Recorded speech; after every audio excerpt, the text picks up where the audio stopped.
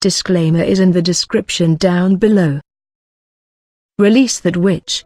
Chapter 19. Lessons. After entering winter, the first rain finally fell. The rain had already lasted for 2 days without stopping. Roland leaned over his desk and looked out of the window. The rain was blown upwards by the wind, hitting against the glass again and again, creating bursts of ripples. Under the refraction of the ripples, the image of the small town became distorted. The houses and the streets were bent in deformation, without any regular form. Due to the lack of any effective drainage measures, the stone roads were interlocked with streams of flowing water. From afar, it resembled many brooks of clear and crystalline water. The distant mountains and forests were obscured by mist, and were faintly discernible, just like the border to the human world. If such a landscape was placed into modern times, it would certainly be a tourist attraction, but what Roland wanted to see was a jungle made of concrete and steel. Because of the rain, the city wall construction also had to stop. This let his feeling of success, which he got on the day before yesterday when he discouraged the stronghold messenger, fade away. You just said that the air around us is made up of many different kinds of gases, is that true? Anna's clear voice had interrupted Roland's thoughts, and when he looked towards her, Anna blinked her beautiful blue eyes questionably. Miss Anna, you should address His Highness with honorifics, warned Carter from the side. Don't be so particular about it. Roland turned around. She is now my student. During the rain, he had called for Carter and the 2 witches to attend their own class. Yes, he had decided to open a course of natural science. He was inspired by stonemason Carl's college. If even a mason can open a school, then could a mechanical engineer open one too? Why did discrimination exist? Wasn't it because of ignorance? Universal education was at any age the most effective measure to promote the development of civilization. He originally also wanted to call the assistant minister, but since he was busy with other government tasks, he declined. Roland didn't know why, but since the beginning of winter Roland felt that Prof seemed to be filled with special enthusiasm, even almost supervising Border Town all alone. When hearing of the possibility to learn new knowledge, Anna's eyes immediately sparkled with interest. Nana, who didn't need to treat wounded animals during the lessons, also became very happy. Carter, who was idle at the moment, attended the class to see what new nonsense the prince had thought of. But not long after the class had begun, the knight's eyes became lax. Nana's look also became distant, staring only at the 2 words natural science in a daze. Although it seemed that Anna could not completely understand it, she still tried hard to remember everything. Roland had to pause his lecture for a moment to let the 3 people digest his teaching. Hearing Anna's question, he smiled and nodded, of course, even though they look alike. Your Highness, I do not understand, since every gas looks the same, how can you know that there are different gases? Carter expressed his doubts. I can even prove it to you. Roland knew that even with these easy-to-understand words, most of the people would be confused by the theories. He decided to use a simple experiment to arouse everyone's interest. A candle, a glass, a basin, a bowl of lime water, these were the things he had prepared in advance. Although at this time they had only pale brown glass, far less transparent than the glass of his former time, it was still transparent enough to be used. After all, this simple test didn't need someone to observe the changing process. Roland had done this test before once. The test results showed that although there was magic in this world, the rules of nature were still the same as on Earth. He asked Anna to light the candles, and then he put it in the basin. When something is burning, it needs to consume gas. This gas is also closely linked with every living organism. If we stop breathing, we will be like this candle.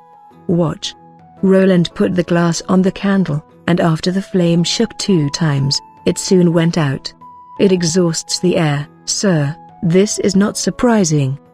The chief knight spoke in a disapproving way. Of course we will die without her. For example, if we fall into water. Nana also nodded. So, do you think that there is nothing in the glass at all? Roland asked. Then he poured the lime water into the basin. The lime water soon flooded into the glass, but it finally stopped when only half was filled. This experiment was so classic that most elementary school teachers liked to use it as an experiment to increase the interest of the children in natural science. Roland could still remember the shock he felt when his own teacher had demonstrated it. From then on he embarked on the road of science and engineering, with no way to return. He gently lifted a corner of the glass, and after a few moments bubbles of air could be seen rising out of the lime water. Then, the clear lime water appeared to be a little bit cloudy, and a little white cloud slowly spread within the glass. If there was nothing in the glass, we wouldn't have seen the changes in the lime water and the air bubbles. This shows that the air contains at least 2 different kinds of gases. In fact, burning a candle consumes only a part of the air, while the other part is unable to burn. Though it is colorless and odorless, like the former gas, its nature is the complete opposite. Well, that seems to be the case. Carter thought for a long time to figure out the relationship between the two, but to know this, what is the use of it? If you can get the former gas, you can let the flame burn longer, and when you obtain the other gas, you can quickly extinguish the flames. Anna suddenly said. She was simply a genius. Roland praised her in his heart. Even though there was a small fallacy, when hearing of the different properties of the gases, she could immediately think of several uses. This idea was definitely genius level. Roland knew that she did not receive any modern education, but even without it, she could quickly think of this point, showing her extraordinary logic ability. At least she was far better than this chief knight. Right, it is possible to say that since humans learned to use fire, they were separated from the animals, even though obtaining fire was just a coincidence. Perhaps the lightning hit the trees and lit them. Perhaps a rock hit another rock and released a spark. But if no one had noticed it, no one could have tried using it. We would still be the same as the animals. Roland guided them patiently and systematically in the direction he wanted. The goal of this experiment was to show you that curiosity and thinking were the driving forces of human progress. There are many of similar potential forces in nature, only waiting for us to discover and use them. After his speech, Carter still had a doubtful look.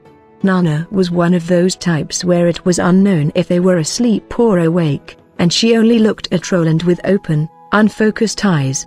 Only Anna bowed her head, as if she was thinking about something. Well, Roland sighed. Indeed, teaching too far ahead of the ideas that they understand will not bring enlightenment, it will only make people feel perplexed. The height of their knowledge determined that they couldn't understand the powerful force of nature unless it was physically in front of them. Then they would understand how amazing the nature of the hidden forces in the world were. At this moment, the kettle hanging from the mantel gave off a clanging sound. It was the sound of a steam pinging against the lid. Ah, the water is boiling. Carter walked over to remove the kettle with a fork, and soon the sound stopped. He took a piece of cloth and wrapped it around the handle, then filled everyone's cups with water. For example, when Roland reached out with his hand to hold the cup, he could feel the temperature of the cup wall. From the first day of using fire, the principle of boiling water was known.